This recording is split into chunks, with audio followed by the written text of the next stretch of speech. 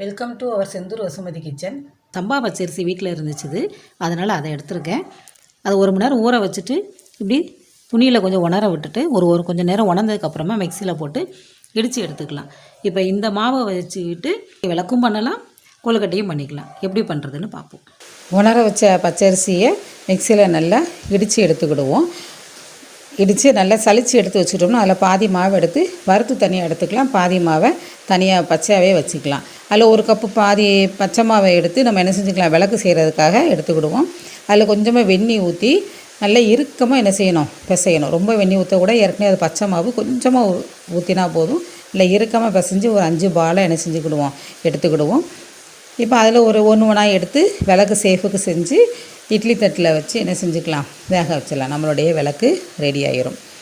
இப்போ நம்ம வறுத்த மாவு கூட நம்ம சிறுபருப்பு எள் எல்லாம் போட்டு கொழுக்கட்டை பிடிக்கணும். அதுக்கு தேவையான மண்டை வெல்லத்தை தனியாக ஒரு பாத்திரத்தில் ஊற்றி நம்ம கொஞ்சம் தண்ணி ஊற்றி என்ன செஞ்சுக்கலாம், அதை மெல்ட் ஆக்கிக்கலாம். இப்போ ரொம்ப பாகு பதத்துக்கு இந்த சர்க்கரை வரணும்னு அவசியம் இல்லை, நல்லா கொதித்தாலே போதும். அப்புறம் இது மாவில் போடுறதுக்கு சிறுபருப்பு எள் 2ஐயும் என்ன செய்வோம், தனித்தனியாக வறுத்துக்கலாம்.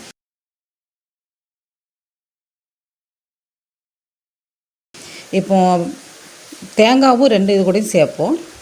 வறுத்த மாவில் போடும்போது தேங்காவை வறுத்துட்டு அதில் போடுவோம். பச்சை மாவில் போடும்போது தேங்காவை வறுக்கணும்னு அவசியம் இல்லை, சிறுபருப்பு எள் மட்டும் என்ன செஞ்சால் போதும், வறுத்தா போதும். பச்சை மாவை தனியாக வச்சுருக்கோம்ல, இப்போ அதில் கொழுக்கட்டை பண்ண போகிறோம். அது கூட கொஞ்சம் சுகரை ஆட் பண்ணிக்கலாம். அதுக்கப்புறமா நம்ம துருவி வச்சுருக்க தேங்காவையும் இது கூட என்ன செஞ்சுக்கலாம், ஆட் பண்ணிக்கலாம். ஏற்கனவே சுக்கு ஏலக்காய் பொடி அதில் இருக்குது. இப்போ நம்ம வறுத்து வச்சுருக்கிற சிறுபருப்பு எள் அதையும் ஆட் பண்ணிக்கிடுவோம். கொஞ்சமாக உப்பு, இவ்வளவும் போட்டு நல்லா என்ன செய்யணும், இதை நல்லா பிசையணும். இதுக்கு தண்ணி தேவைப்படாது, வேணும்னா லேசாக தண்ணி சேர்த்துக்கலாம். ஏன்னா பச்சரிசி மாவுலேயும் ஈரம் இருக்குது, தேங்காய் பூலையும் ஈரப்பதம் இருக்கும். அதனால் லேசாக தண்ணி தெளிச்சுட்டு என்ன செஞ்சுக்கலாம், நல்லா இறுக்கமாக பிசைஞ்சு வச்சுக்கலாம். இப்போ இதை என்ன செய்ய போகிறோம் அப்படின்னா, பனை ஓலையில் வச்சு கொழுக்கட்டை வைக்க போகிறோம். எங்கள் ஊர் சைடு கார்த்திகைக்கு பனை ஓலை கிடைக்கும், நல்லா ஃப்ரெஷ்ஷாக கிடைக்கும். அதை வாங்கி சின்னதாக கட் பண்ணி அது உள்ளே நல்லா தொடச்சிட்டு நம்ம இந்த பனை ஓலைக்குள்ளே வச்சு நம்ம என்ன செஞ்சுக்கலாம், கொழுக்கட்டை வைக்கலாம். இது உடம்புக்கு ரொம்ப ரொம்ப நல்லது. சிறுபருப்பையும் எள்ளையும் தனித்தனியாக வறுத்து ஒரு பிளேட்டில் எடுத்து வச்சுக்கலாம். ஏன்னா பாதி இந்த மாவுலையும் பாதி அந்த மாவுலையும் போடணுங்கிறதுக்காக தனித்தனியாக வச்சுருக்கேன். தேங்காய் வறுத்து இந்த வறுத்த மாவு கூடயே போட்டுக்கிடுவோம். அது கூட சுக்கு ஏலக்காய் பொடி, அப்புறம் நம்ம வறுத்து வச்சுருக்கிற இந்த பருப்பு எள் எல்லாமே அது கூட பாதியாக போட்டு நம்ம என்ன செய்ய வேண்டியது, அந்த பாகையும் ஊற்றி கிளற வேண்டியது தான். பாகை ஊற்றிட்டு முதல்ல கரண்டியை வச்சு நல்லா கிண்டி விட்டுக்கிடுவோம். கொஞ்சம் உப்பு சேர்த்துக்கிடுவோம். எப்போதுமே இனிப்பு ஐட்டத்துக்கு கொஞ்சம் உப்பு சேர்ப்போம், அதனால் உப்பும் சேர்த்துட்டு பாகை நல்லா கிண்டணும். மாவை நல்லா கரண்டி காம்பை வச்சு கிண்டிக்கலாம்.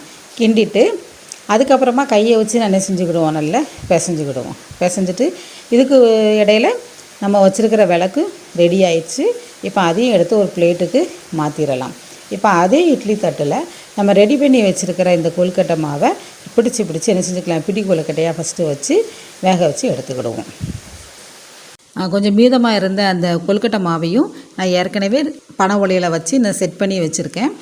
மீதி இப்போ இந்த மாவையும் பனை ஓலைக்குள்ளே வச்சு இந்த 2ஐயும் நம்ம என்ன செஞ்சிடலாம், ஏற்கனவே இட்லி கொப்பரையில் பிடி கொழுக்கட்டை இருக்குது, அதை எடுத்துகிட்டு அதில் இந்த இதை வரிசையாக அடுக்கி நம்ம ஒரு 20 நிமிஷமாவது என்ன செஞ்சுக்கணும், இதை வேக வச்சு எடுத்துட்டோம் அப்படின்னா நம்மளுடைய கொழுக்கட்டை எல்லாம் ரெடி ஆயிரும். இப்போ எடுத்து வச்சுருக்கிற விளக்குக்கு மஞ்சள் குங்குமம் திரி நெய் எல்லாம் விட்டு பூவும் வச்சு நம்ம என்ன செஞ்சிடலாம், விளக்கேற்றி விளக்கு முன்னாடி வச்சிடலாம். நம்மளுடைய விளக்கும் ரெடி. தேங்க்யூ ஃபார் வாட்சிங்.